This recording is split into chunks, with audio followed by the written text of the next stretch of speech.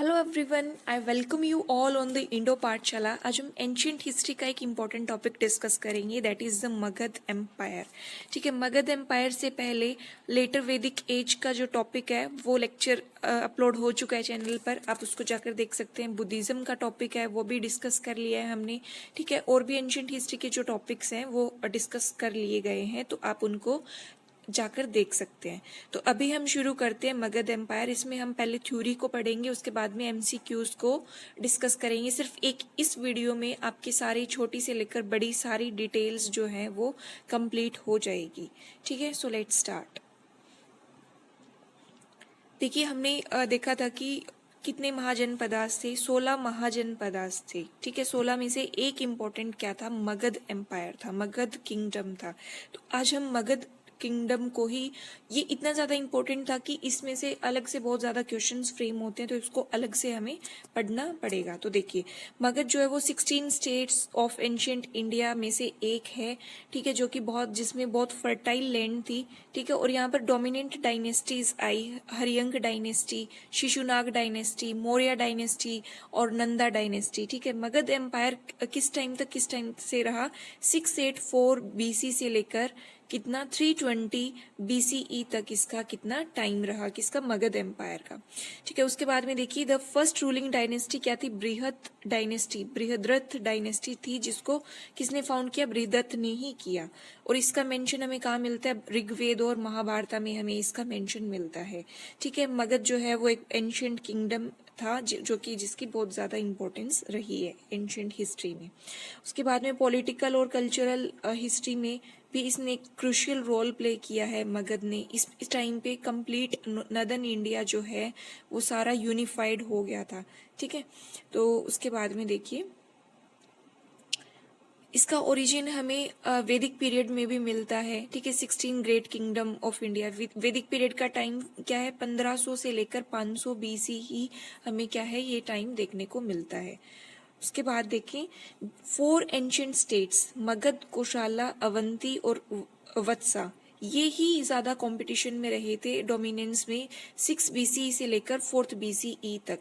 मतलब इन चारों में कंपटीशन रहा था कि कौन मतलब किसको हराएगा और एरिया को अपना रूल करेगा।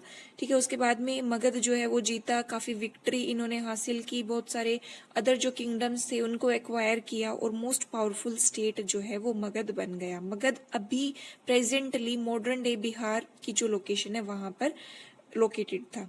ठीक है, जरासंध जो है वो बृहदत्त का डिसेंडेंट था, उसके बाद में आया था, founded the Magadha empire, both of whom ventured in the Mahabharata. इन दोनों का ही जिक्र हमें कहा, महाभारत में देखने को मिलता है। ठीक है, उसके बाद में देखिए Jarasandha according to the Mahabharata was a powerful kingdom. ठीक है, मगध के ये पावरफुल किंगडम थे। ठीक है, he was eventually defeated and killed by the Bhima, one of the Pandavas. ठीक है, तो ये हमें महाभारत में इसका जिक्र मिलता है। इस एम्पायर ने बुद्धिज्म और जैनिज्म के डेवलपमेंट में भी इम्पोर्टेंट रोल प्ले किया।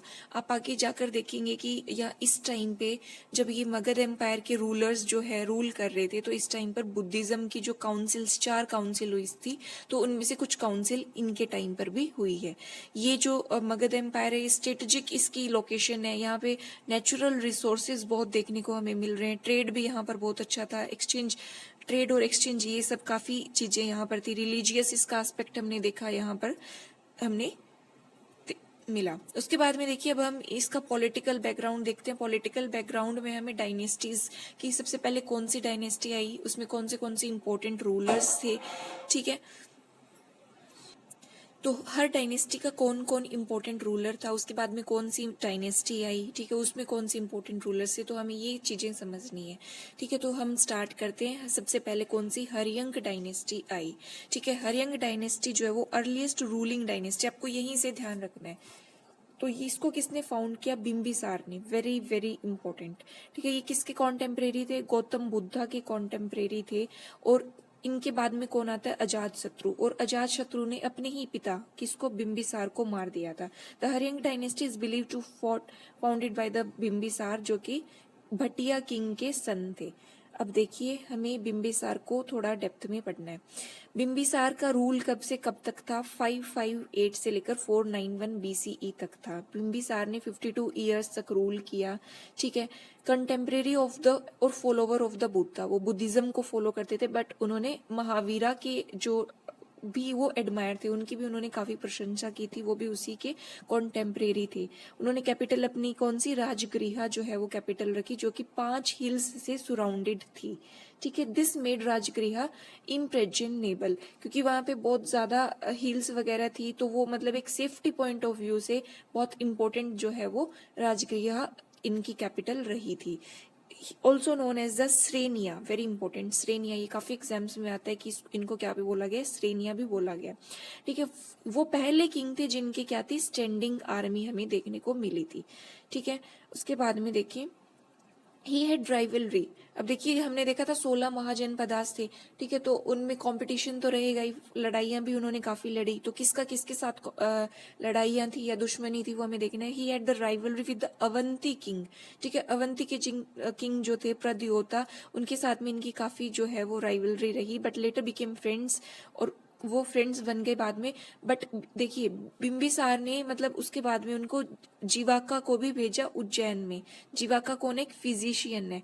प्रद्योता को क्या हो गया था, जॉन्डिस एक डिजीज है वो हो गई थी, तो उनके ट्रीटमेंट के लिए किसको भेजा, जीवाका को भेजा। वेरी इंपॉर्टेंट ये क्वेश्चन फ्रेम हुआ है प्रीवियस ईयर में।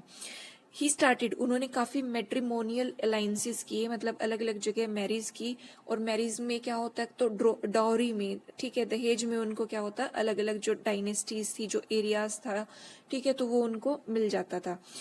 टू स्ट्रेंथन पॉलिटिकल पोजीशन, उनकी देखिए 3 वाइफ्स थी। कोसाला देवी जो कि कोशाला की बेटी थी, कोशाला किंग की बेटी थी, और प्रसन्नजीत जो है उनकी सिस्टर थी। चेलाना जो है, चेलाना इनकी वाइफ थी, जो कि लिच्छवी किंग, वैशाली के लिच्छवी किंग थे, उनकी बेटी थी।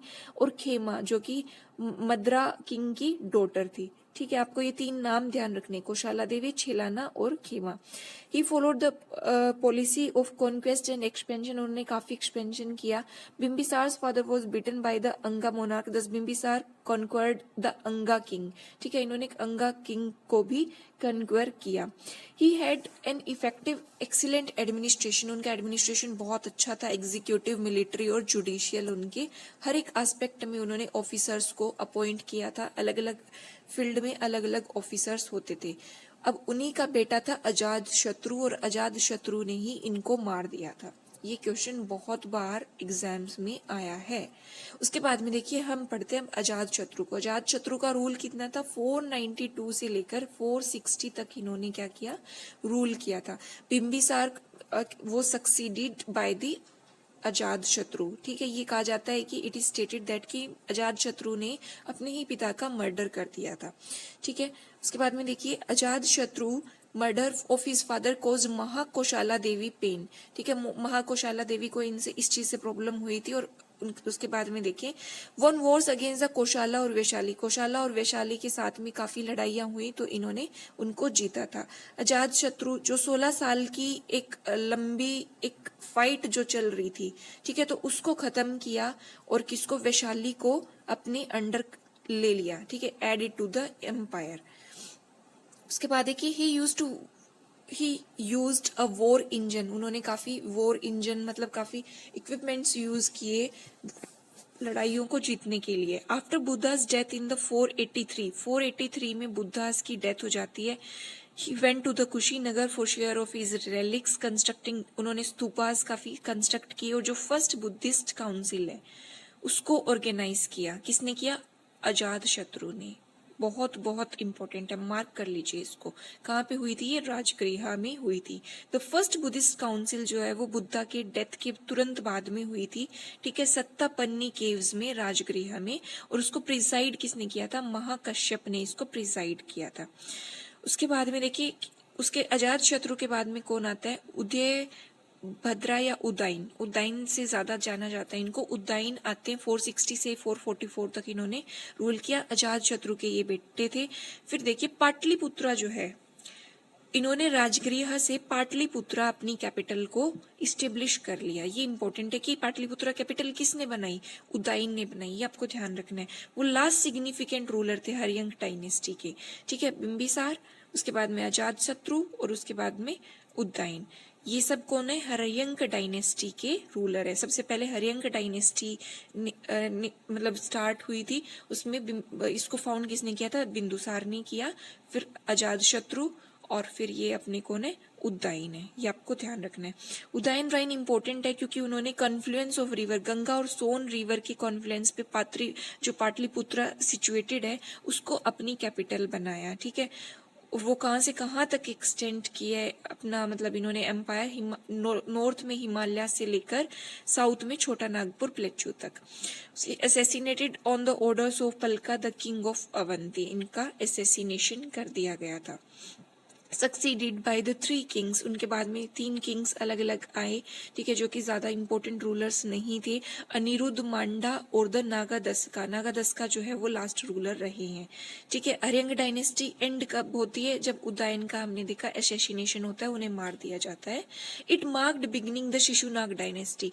अब हमने हर्यंक डायनेस्टी को देखा, इसके बाद में कौन सी डायनेस्टी आ जाती है, शिशुनाग डायनेस्टी आ जाती है, ठीक है। हर्यंक डायनेस्टी के टाइम पे ये बहुत एक इम्पोर्टेंट क्रिटिकल फेज था मगध की हिस्ट्री में। इन्होंने अपना जो राजगृह से अपना पाटलिपुत्रा में कैपिटल को शिफ्ट किया, काफी एरिया इन्होंने अपने अंडर जो है वो ले लिया था। फाउंडेशन इन्होंने पावरफुल मौर्य एम्पायर की, बिंबिसार, अजातशत्रु ने बहुत इंपॉर्टेंट अपना फाउंडेशन ले किया यहाँ पर, ठीक है। उसके बाद में देखिए द हर्यंक डायनेस्टी जो है वो लार्जेस्ट पॉलिटिकल डेवलपमेंट हुआ इनके टाइम पर, ठीक है। मगधा का डोमिनेंट पावर जो हमें देखने को मिला, ये सब वही चीजें हैं जो मैंने आपको बताई। उसके बाद में हमें देखना शिशुनाग डायनेस्टी। शिशुनाग डायनेस्टी जो है वो हर्यंक डायनेस्टी के बाद में आती है।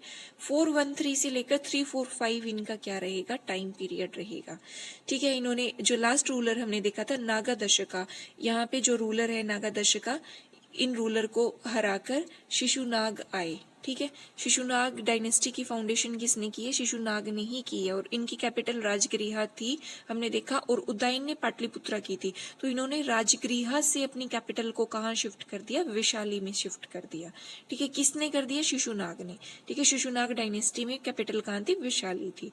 उसके बाद में देखिए it is believe to have, इन्होंने which was previously under the Haryanka dynasty, Haryanka dynasty को खत्म करके इन्होंने अपना इस्टेब्लिशमेंट किया। द शिशुनाग डायनेस्टी जो है rule for the one of the largest empire को इन्होंने रूल किया। क्रूशियल अचीवमेंट थी शिशुनाग की कि इन्होंने प्रद्योता डायनेस्टी ऑफ द अवंती को भी हरा दिया गया था। जो अवंती जो है एक महाजनपद है, उसकी जो प्रद्योता डायनेस्टी जो चल रही थी उसका भी डिस्ट्रॉय इन्होंने कर दिया था।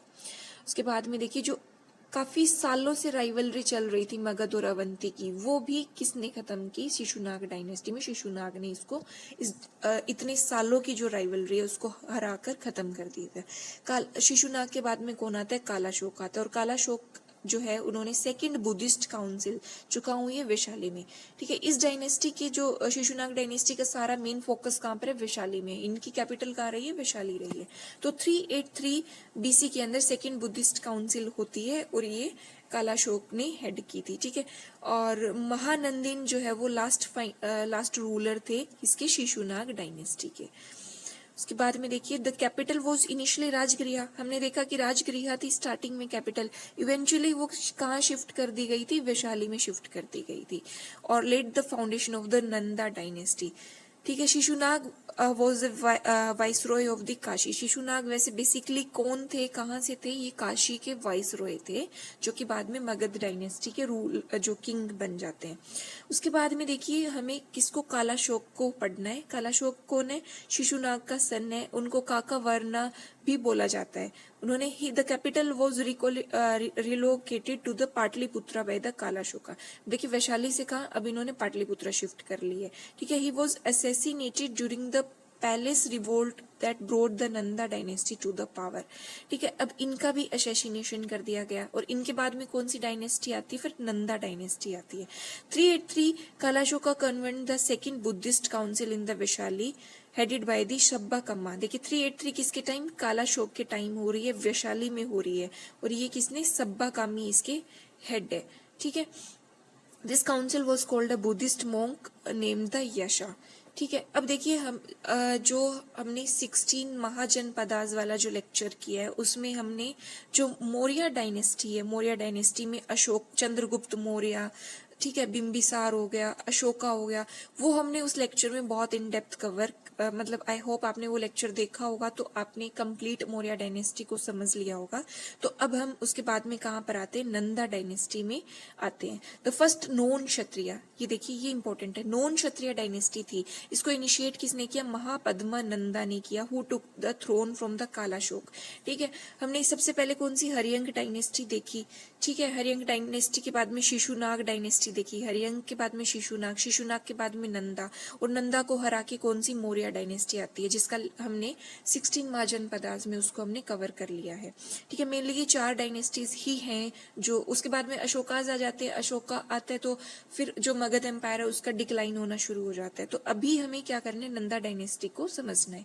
इसको स्टार्ट किसने किया, महापद्मा नंदा ने शुरू किया, और ये नॉन क्षत्रिय थे, इन्होंने कालाशोक से इस थ्रोन को ले लिया था, ठीक है। अकॉर्डिंग टू पुरानिक बुद्धिस्ट और जैन ट्रेडिशंस जो है यहाँ पे, उनके अकॉर्डिंग, बुद्धिस्ट और जैन ट्रेडिशन के अकॉर्डिंग यहाँ पर कितने 9 जो नंदा किंग्स थे, ठीक है। महापद्मा नंदा के 8 सन थे जिनको नव नंदाज या 9 नंदाज भी बोला जाता है। बिल्ट ऑन द लेगेसी, ठीक है। नंदाज जो है उन्होंने नॉर्थ इंडिया में अपना रूल जो है वो इस्टेब्लिश किया। धनानंद जो है वो लास्ट एम्पायर है, ठीक है, लास्ट रूलर है, सॉरी, ठीक है। धनानंद कौन है, लास्ट रूलर है नंदा डायनेस्टी के। ड्यूरिंग हिज रूल अलेक्जेंडर जो है, ये इंपॉर्टेंट है, देखिए 326 में अलेक्जेंडर ने क्या किया, इन्वेड किया, ठीक है, इन्वेड किया नॉर्थ ईस्ट में। और उसके बाद में देखिए चंद्रगुप्त मौर्य जो है वो इस्टेब्लिश कर लेते हैं मौर्य डायनेस्टी 322 में। ये इंपॉर्टेंट है, ये काफी एग्जाम्स में भी इन डेप्थ अगर कोई एग्जाम आ रहा है, जैसे हाई कंपटीशन है, तो उसमें मैंने एक क्वेश्चन देखा था कि मौर्य डायनेस्टी जो है वो कब शुरू हुई थी, तो वो 322 BC में हुई थी, ठीक है। 322 BC, ये डेट आप मेंशन मतलब याद रखना, ये क्वेश्चन आया था, आई थिंक हरियाणा के किसी एग्जाम में था ये। उसके बाद में देखिए हमें अब पढ़ना है महापद्म नंदा को, ठीक है। महापद्म नंदा, ये आपको इसका नाम ध्यान रखना है, फर्स्ट हिस्टोरिकल एम्परर है, ठीक है। और चंद्रगुप्त मौर्य होना द इंडिया फर्स्ट एम्परर है, ये कंप्लीट इंडिया के बोले गए, और इनको हिस्टोरिक एम्परर बोला है, ठीक है। उन्होंने ही असैसिनेटेड कालाशोक, इससे पहले कौन था, कालाशोक जो, ठीक है। तो कालाशोक का हराकर कौन आ गए, महापद्म नंदा आ गए थे। हिज ओरिजिन वाज अननोन, ठीक है। He was the son of last Shishunaga, जो लास्ट शिशुनाग का जो मोनार्क है उसका सन ये माना जाता है। और शूद्र लेडी जो है, पुरानास के अकॉर्डिंग कोई शूद्र लेडी थी, उनका ये बेटा माना गया है, ठीक है। सर्व शत्रंतक, ये इंपॉर्टेंट है, एकरथ और उग्रसेन, ये इनके नाम जो है, इनको ये नाम दिए गए हैं, ठीक है। He was the son of a barber and harlot, अलग अलग जगह पे अलग अलग इनकी मान्यताएं हैं, कोई कुछ कहता है कोई कुछ कहता है, बट ये इतना इंपॉर्टेंट नहीं है। एज अ रिजल्ट नंदास जो है उनको अधर्मिकास कहा गया है, ऐसे लोग जो धर्म का वोलेशन करते हैं, ठीक है, नंदास को वो बोला गया। बुद्धिस्ट लिटरेचर में भी उनका जिक्र हमें देखने को मिलता है, ठीक है। अनंतकूला बोला गया, अननोन, उनका मतलब ज्यादा हमें पता नहीं है कि वो कौन सी डायनेस्टी, मतलब कहाँ से उनका ओरिजिन हुआ था, ठीक है। उन्होंने 28 ईयर्स तक रूल किया। सर्व क्षत्रियंत का, इट इज, इसको 4 स्टार 5 स्टार जितने मार्क आप कर सकते हो उतने की कर लीजिए। सर्व क्षत्रियंत का किसको बोला गया, क्षत्रिय स्लेयर, मतलब इन्होंने क्षत्रिय जितने भी रूलर्स से बोला गया है कि सभी रूलर्स को खत्म कर दिया था, मार दिया था, ठीक है। एकरथ भी इनको बोलते हैं। Sole sovereign who destroyed all other ruling princes, ठीक है, ये आप मार्क कर लीजिए, ठीक है। उसके बाद में देखिए इन्होंने अपना रूल जो है वो काफी मतलब एक्सटेंड किया, ठीक है। मगध से लेकर अपने ईस्ट में नर्मदा रिवर तक काफी किंगडम्स को इन्होंने जीता। कलिंगा को भी इन्होंने एनेक्स कर लिया, ठीक है। उन्होंने फिर कोसालास को भी एनेक्स कर लिया, ठीक है। He is also known as the Ugrasena, Pali scriptures में इनको उग्रसेन भी बोला गया है। उन्होंने काफी 2 लाख उनकी मैन, 60,000 कैवलरी, 6,000 वोर एलिफेंट्स, मतलब काफी उनकी स्ट्रोंग आर्मी इनकी थी। रिवेन्यू सिस्टम भी इनका बहुत अच्छा था। उसके बाद में हमें देखना है धनानंद। धनानंद कौन है, नंदा डायनेस्टी के लास्ट रूलर है, और इनको ग्रीक टेक्स्ट में क्या बोला गया, एग्रेमीज बोला गया या शेंड्रमीज, इनके इस तरीके से ग्रीक में आपको पता ही है ऐसे इनके नाम होते हैं। अलेक्जेंडर जो है वो नॉर्थ वेस्ट कौन सा एरिया है, ठीक है, इमेजिन करके पढ़िए कि ये जो हमारा एरिया इस टाइम पे यहाँ से इस तरीके से ग्रीक वाले एरिया से, ठीक है, अलेक्जेंडर आए थे यहाँ रूल, मतलब अंदर इंडिया में ये आना ही चाह रहे थे कि इनकी आर्मी ने आगे आने से रिफ्यूजल इन्होंने दे दिया था, इनकी आर्मी आगे नहीं आई थी। ठीक है, फिर इनकी भी बहुत स्ट्रोंग आर्मी थी, कैवेलरी, एलिफेंट्स वगैरह बहुत ज्यादा थे। ठीक है, उनको 8 या 9 जितने भी महापद्मनंदा के जो जितने भी सन थे उनमें से एक सन कौन थे, ये लास्ट जो हमने देखा। ठीक है, उसके बाद में देखिए he is credited with the invention of the Nandopakramani, ये कोई मेजर है किस चीज को मेजर करने के लिए, इस चीज का भी इन्होंने इन्वेंशन किया था। ठीक है, इनके काफी मतलब ये अनपॉपुलर थे क्योंकि इनका जो टैक्सेशन सिस्टम था वो बहुत ज्यादा खराब था। खराब कैसे था कि टैक्स जो था वो बहुत ज्यादा हाई चार्ज करते थे ये। ठीक है, और इनका ओरिजिन कैसा माना जाता है, शूद्र ओरिजिन माना जाता है, और एंटी क्षत्रिय पॉलिसी थी, मतलब जितने भी क्षत्रिय रूलर थे ऐसा माना गया कि उन सबको इन्होंने खत्म कर दिया था, तो ये एंटी क्षत्रिय थे। ठीक है, उसके बाद में देखिए फाइनली ही वॉज ओवरथ्रोन। अब इसके बाद में क्या है, चंद्रगुप्त मौर्य आते हैं, मौर्य डायनेस्टी स्टार्ट हो जाती है। ठीक है, चंद्रगुप्त मौर्य ने इनको हरा दिया था, किसकी हेल्प से, चाणक्य की हेल्प से। और मौर्य डायनेस्टी को कंप्लीट हमने 16 महाजनपदास के टॉपिक में कंप्लीट हमने उसको इन डेप्थ पढ़ा है, डिस्कस किया है। आई होप आपने वो लेक्चर देख लिया, नहीं देखा है तो आप जाके उसको देख सकते हैं। अब हमें पढ़ना है कि जो मौर्य डायनेस्टी है वो हमने देखा था कि 16 डायनेस्टीज थी, तो क्या रीजन है कि जो मौर्य जो मगध डायनेस्टी है, सॉरी जो मगध वाला जो महाजनपदास है, ये मगध इतना ज्यादा एक्सटेंड क्यों हुआ, क्या रीजंस है, क्या फैक्टर्स हैं। तो हम इनके सारे जितने भी जियोग्राफिकल, पॉलिटिकल, कल्चरल जैसे जितने भी रीजंस हैं, हम उन सब रीजंस को देखेंगे कि क्यों इतना मगध जो है वो स्ट्रॉन्ग एम्पायर बना। तो सबसे पहले हमें देखना है जियोग्राफिकल क्या फैक्टर्स थे। ठीक है, मगध सबसे पहले फर्टाइल, जो गंगा, हमने देखा कि बिहार वाला जो रीजन है, तो बिहार किस में आता है, अपना गंगा रिवर वैली में आता है, उसमें फर्टाइल रीजन है, फर्टाइल लैंड है। ठीक है, तो क्रॉप्स अच्छा होता है, एग्रीकल्चरल वेल्थ जो है वो सबसे इंपॉर्टेंट रोल प्ले करता है किसी भी उस चीज को इकोनॉमिक अगर एस्पेक्ट से हम देखें तो। ठीक है, तो यहाँ पर एग्रीकल्चर बहुत अच्छा होता था। ठीक है, वो सस्टेन लार्ज पॉपुलेशन को, मतलब फूड सप्लाई उनकी हो रही थी, और पावरफुल आर्मी को भी वो सपोर्ट कर रहा था। ठीक है, फिर ये एक मेन रूट पे लाई कर रहा था। अगर हम इस तरफ देखें तो वेस्ट और ईस्ट के बीच में मिड में वो लाई कर रहे हैं। ठीक है, उसके बाद में देखिए गंगा, सोन और चंपा रिवर के उसमें जो है ये लाइक बीच में लाई कर रहा है, तो काफी रिवर्स की होने की वजह से अदर एनिमीज जो है वो आने से पहले उनको 100 बार सोचना पड़ रहा था। ठीक है, वो मतलब इजीली एक्सेसिबल एरिया ये नहीं था। ठीक है, और रिवर्स जो है वो ट्रांसपोर्टेशन का, कम्युनिकेशन का रोल भी प्ले कर रहे थे। ठीक है, राजगिरी और पाटलिपुत्रा दोनों की ही स्ट्रेटेजिक पोजीशन थी। ठीक है, उसके बाद में देखिए ये हील से, जो राजगिरी है मैंने आपको पहले भी बताया 5 हील से घिरी हुई थी। ठीक है, तो किसी भी अदर एनिमी के लिए यहाँ पर आना आसान बात नहीं थी। ठीक है, तो ये क्या थे, ज्योग्राफिकल फैक्टर्स थे। अब हम इकोनॉमिक फैक्टर्स देखते कि क्या इकोनॉमिक फैक्टर्स रहे कि हमारा मगध एम्पायर इतना ज्यादा डेवलप हुआ, इतना ज्यादा एक्सटेंड हो गया। यहाँ पर रिवेन्यू सिस्टम जो था, रिवेन्यू कलेक्शन जो सिस्टम था वो बहुत ज्यादा अच्छा था। ठीक है, इंफ्रास्ट्रक्चर प्रोडक्ट जो प्रोजेक्ट्स हैं या मिलिट्री है, एडमिनिस्ट्रेशन को फाइनेंस करने के लिए काफी अच्छा रिवेन्यू सिस्टम इनके पास में था। ठीक है, ट्रेड रूट्स जो है वो बहुत अच्छे थे, मगध एक स्ट्रेटेजिक लोकेशन पे लाई कर रहा था, तो ट्रेड बहुत अच्छा होता था। ठीक है, विद द एनेक्सेशन ऑफ अंगा, बिंबिसार ने क्या कर लिया था, अंगा को एनेक्स कर लिया था, तो वो भी एक इम्पोर्टेंट रोल प्ले कर रहा था ट्रेड के एस्पेक्ट से। चंपा जो है वो ट्रेड के aspect, south east Asia, Sri Lanka और साउथ इंडिया के लिए चंपा एक स्ट्रेटेजिक लोकेशन थी। कॉपर और आयरन के डिपॉजिट्स थे। ठीक है, उसके बाद में देखिए इनकी जो इकोनॉमी है वो काफी डाइवर्सिफाइड थी। डाइवर्सिफाइड किस तरीके से थी कि यहाँ पर एग्रीकल्चर भी था, ट्रेड भी हो रहा था, मैन्युफैक्चरिंग भी हो रही थी और माइनिंग भी हो रही थी। ठीक है, ये हमने इकोनॉमिक फैक्टर्स को देख लिया। अब हमें क्या देखना है, अब हमें देखना है कल्चरल फैक्टर्स की कल्चरल क्या फैक्टर्स थे जिन्होंने रोल प्ले किया कि मगध एम्पायर इतना ज्यादा एक्सटेंड हुआ। देखिए मगध जो है वो melting pot of the various cultural और रिलीजियस ट्रेडिशंस, हमने देखा यहाँ पर जैनिज्म का इफेक्ट भी था। ठीक है, बुद्धिज्म जो था वो इन्फ्लुएंस पर यहाँ पर था। ठीक है, तो काफी लोग आते थे, तो ये एक इम्पोर्टेंट रोल प्ले कर रहे थे ये जो बुद्धिज्म और जैनिज्म। ठीक है, उसके बाद में देखें फिलोसफिकल सेंटर्स थे, श्रावस्ती है, राजगीर है, तो ये फिलोसफिकल सेंटर्स यहाँ पर रहे।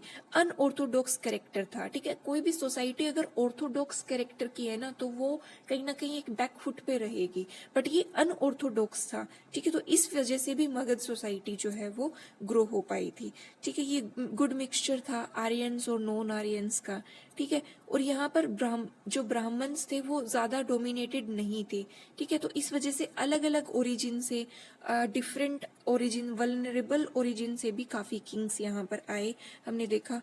तो नंदास जैसे थे तो उन्होंने यहाँ पर रूल किया। उसके बाद में पॉलिटिकल फैक्टर्स देखे तो जैसे बिंबिसार हो गया या अजात शत्रु हो गया या चंद्रगुप्त मौर्य हो या अशोका हो गया, ये इतने स्ट्रोंग रूलर्स थे जिन्होंने अपनी एम्पायर की टेरिटरीज को बहुत ज्यादा जो है वो एक्सपेंड किया था, ठीक है। टेरिटोरियल एक्सपेंशन बहुत ज्यादा हुआ, स्ट्रोंग आर्मी इसका एक रीजन है, ठीक है। एलिफेंट्स जो है वो फर्स्ट वन थे जिन्होंने एलिफेंट्स को आर्मी के अंदर यूज किया, ठीक है। इफेक्टिव इनका एडमिनिस्ट्रेशन सिस्टम जो था वो काफी इफेक्टिव था, ठीक है। उसके बाद में ट्रेड रूट्स जो हैं वो बहुत इनके स्ट्रेटेजिक लोकेशन पे ये लोग लाई कर रहे थे।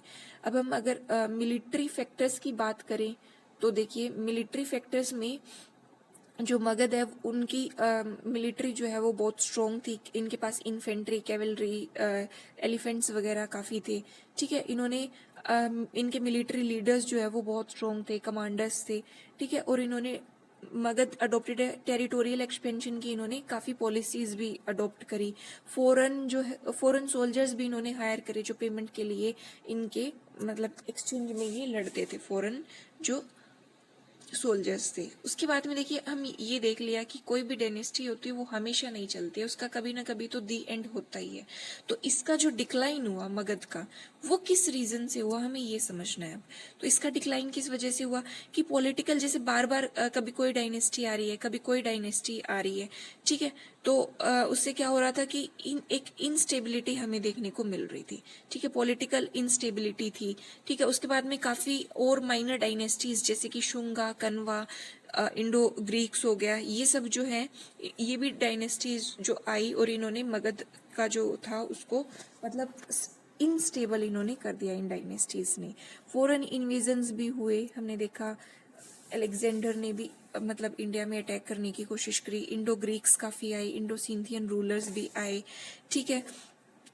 और इससे क्या हुआ कि जो मगध का जैसे डिक्लाइन होना शुरू हुआ तो फ्रेगमेंटेशन ऑफ द एम्पायर हो गया, एम्पायर जो है वो अलग अलग पार्ट्स में डिवाइड हो गया, ठीक है, छोटे छोटे रीजनल किंगडम्स में जो है ये डिवाइड हो गया, ठीक है। उसके बाद में जो बुद्धिज्म का यहाँ पर काफी इफेक्ट था, मैंने आपको बताया, तो जैसे बुद्धिज्म का डिक्लाइन हुआ तो इसका इम्पैक्ट भी जो है वो मगध एम्पायर को के ऊपर हमें देखने को मिलता है, ठीक है। अब हमने थ्योरी जो है वो सारी कंप्लीट कर ली। नाउ अब हमें क्या करना है, सारे इस टॉपिक से रिलेटेड जितने भी अलग अलग एग्जाम्स में PYQs हैं, हमने डिफरेंट एग्जाम से एक्सट्रैक्ट किए हैं ये क्वेश्चंस इस टॉपिक से रिलेटेड, ठीक है। तो अब हम इन क्वेश्चंस को प्रैक्टिस करते हैं।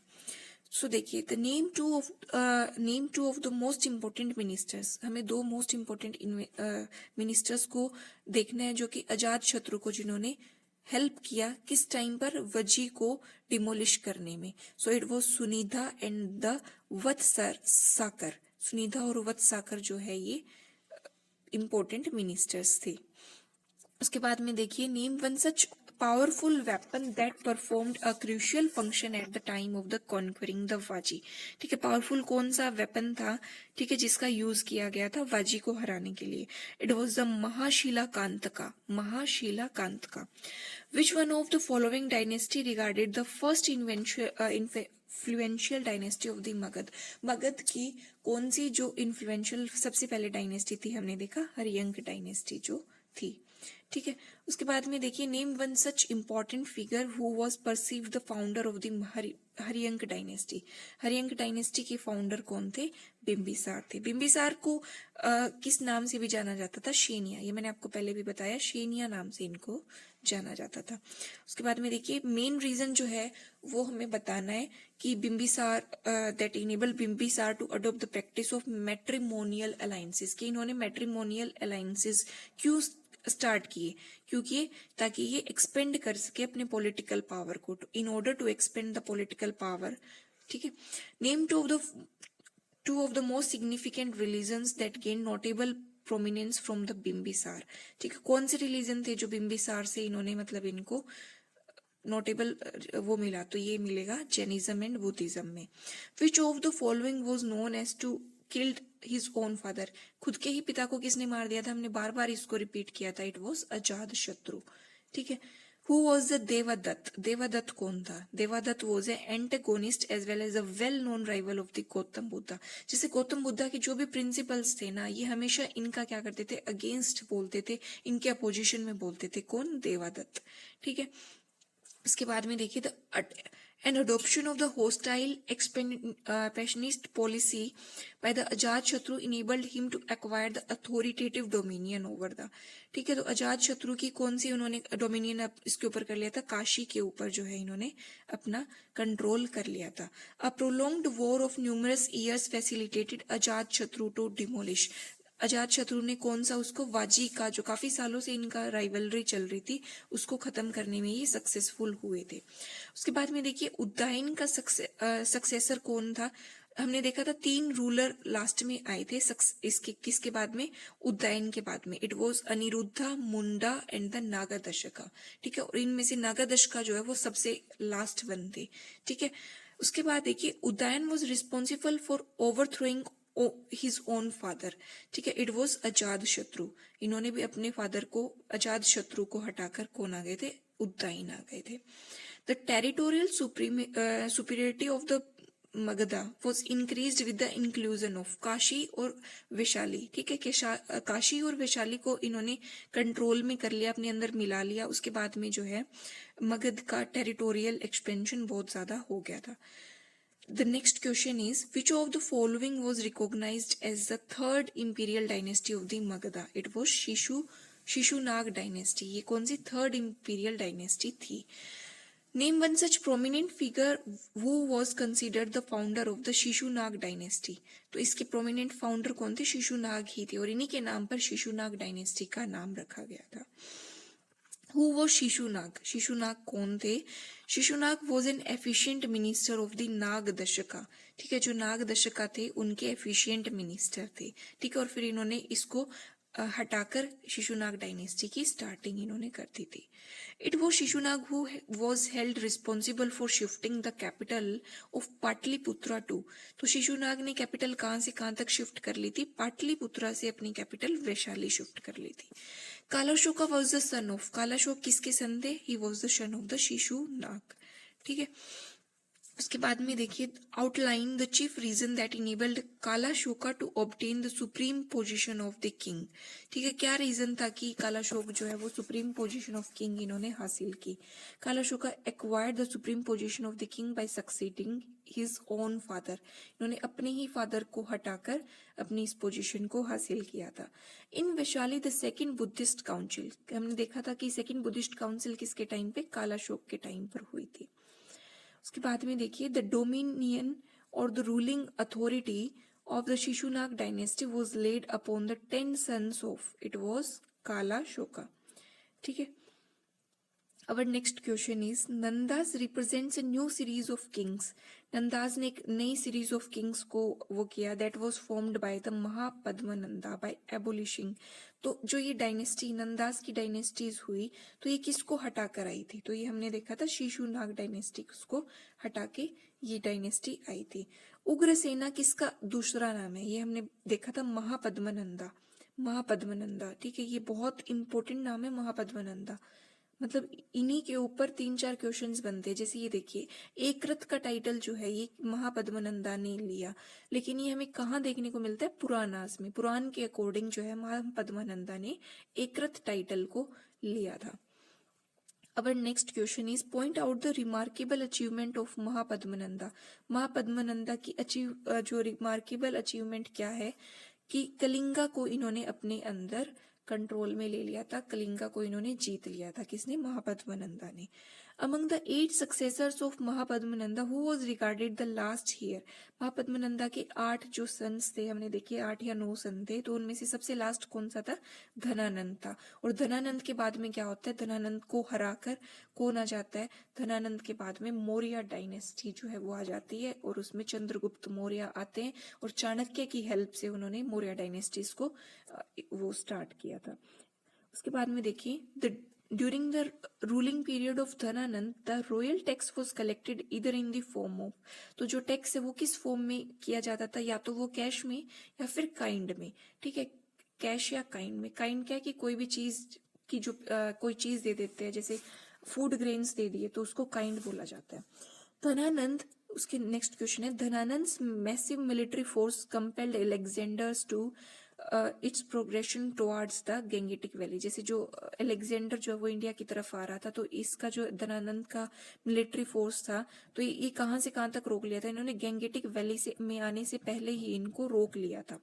उसके बाद में देखिए, अलेक्जेंडर का इन्वेजन कब हुआ? 326 में हुआ। वेरी वेरी इंपॉर्टेंट, 326 BC में इन्वेजन होता है अलेक्जेंडर का। तो ये थे हमारे मगध से रिलेटेड 4 डायनेस्टीज। ठीक है, उसकी सारे रूलर्स हमने देखे। ठीक है, सबसे पहले कौन सी डायनेस्टी आई, उसमें कौन से इंपॉर्टेंट रूलर्स थे, वो सब हमने देखे। इसके कि मगध डायनेस्टी इतनी 16 महाजनपदास में से जो मगध है वो इतना ज्यादा डेवलप क्यों हुआ, उसके हमने पॉलिटिकल, इकोनॉमिकल, कल्चरल, ठीक है, और मिलिट्रिकल सारे एस्पेक्ट्स देखे कि मगध इतना ज्यादा डेवलप क्यों हुआ। और फिर उसके बाद में हमने सारे जो रीजंस देखे कि क्या इसका रीजन था कि ये डिक्लाइन किया, और उसके बाद में अलग एग्जाम से क्वेश्चंस हमने एक्सट्रैक्ट करके क्वेश्चंस प्रैक्टिस किए। ठीक है, आई होप इस वीडियो में आपका ये टॉपिक बिल्कुल क्लियर हो गया होगा। ठीक है, if you like this video, subscribe to the channel. और जो अगर आपको इससे रिलेटेड जो PDF है, इसकी PDF अगर आपको चाहिए तो आप टेलीग्राम चैनल ज्वाइन कर सकते हैं। ठीक है, डिस्क्रिप्शन में नंबर दिया हुआ है, आप उस PDF को, पेड PDF को ज्वाइन करने के लिए वो जो ग्रुप है उस चैनल पे मतलब आप ज्वाइन कर सकते हैं और नंबर पर कांटेक्ट कर सकते हैं। Thank you.